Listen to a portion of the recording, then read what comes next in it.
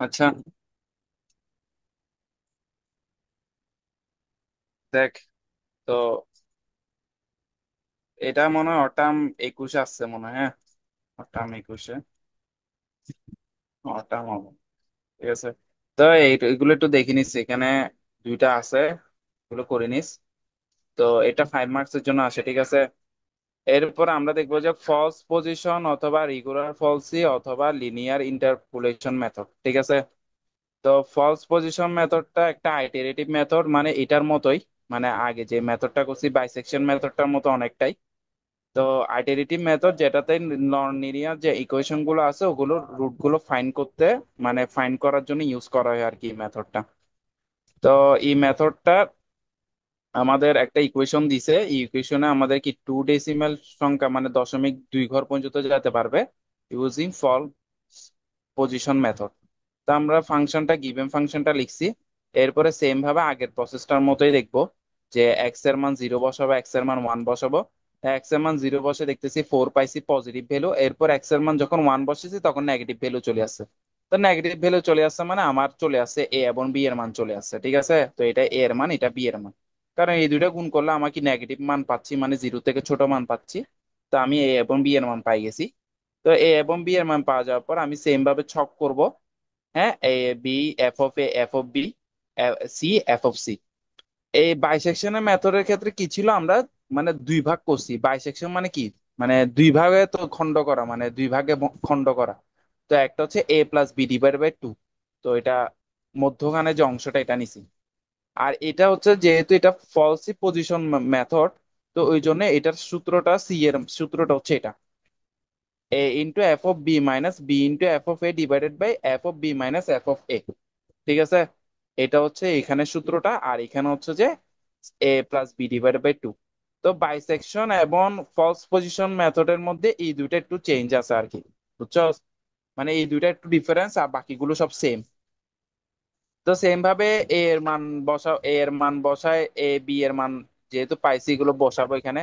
তো এর মান 0 বসে 4 পাইছি, 4 বসাবো। বি এর মান 1 বসে -2 পাইছিলাম, -2 বসাবো। এরপরে এইখানের মধ্যে এ বি, এফ অফ বি এর মান সবগুলো বসানোর পর যে সি এর মান যেটা আসবে, ওই সি এর মান যেটা আছে কত, 0.66 আসছে, ঠিক আছে। এই 0.66 মানটা আমরা কোথায় বসাবো, এখানের মধ্যে বসাবো ফাংশন এটার মধ্যে বসানোর পর আমরা কত পাইছি, -0.33 পাইছি। ঠিক আছে। এরপরে ওই আগেরটার মধ্যে কন্ডিশন চেক করব, f of a * f of c। ঠিক আছে, f of c।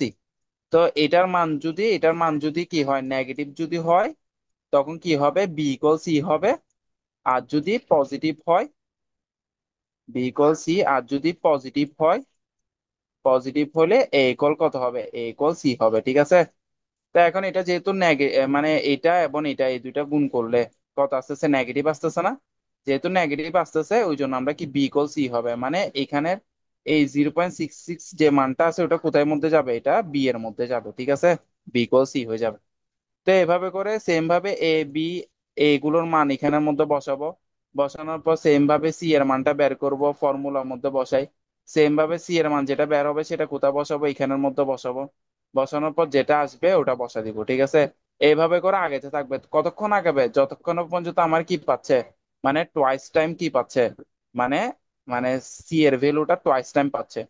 আর এখানের মধ্যে টোয়াইস টাইমটা দেখ, বাইসেকশনের মধ্যে টোয়াইস টাইমটা কিরকম ছিল, টোয়াইস টাইমটা ছিল তোর হচ্ছে যে, মানে মানে সাথে সাথে হইতেও পারে বা সাথে সাথে না হইতে পারে। যেমন এখানে 1.32 হচ্ছে যে এখানে আছে, ঠিক আছে। এখানে আছে 1 1 2 3 4 5 6, মানে 6 নাম্বার ঘরে কি হয়েছে 1.32 আছে, আর 8 নাম্বার ঘরে কি আছে 1.32 আছে। তো পাশাপাশি হয় নাই। আবার এখানে কিন্তু আবার পাশাপাশি হয়েছে, ঠিক আছে। এটা হয়তো মানে 1 2 3 4 5 6 7 নাম্বার এবং 8 নাম্বার। তো বাইসেকশনের মধ্যে পাশাপাশি ঘরে হইতেও পারে, পাশাপাশি ঘরে না হইতেও পারে, ঠিক আছে। কিন্তু ফলস পজিশন মেথড যেটা আছে এটাতে কিন্তু পাশাপাশি হইতে হবে। মানে এখানে কত, 2 এবং 3, মানে সাকসেসিভ।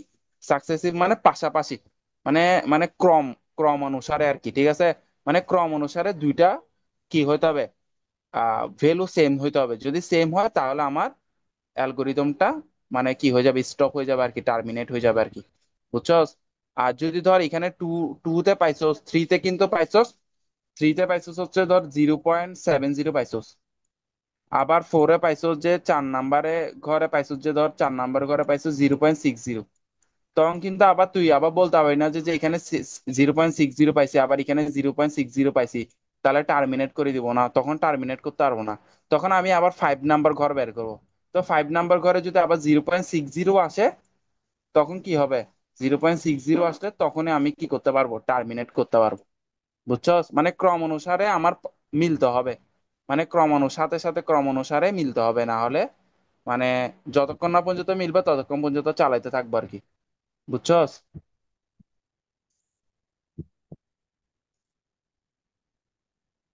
আচ্ছা।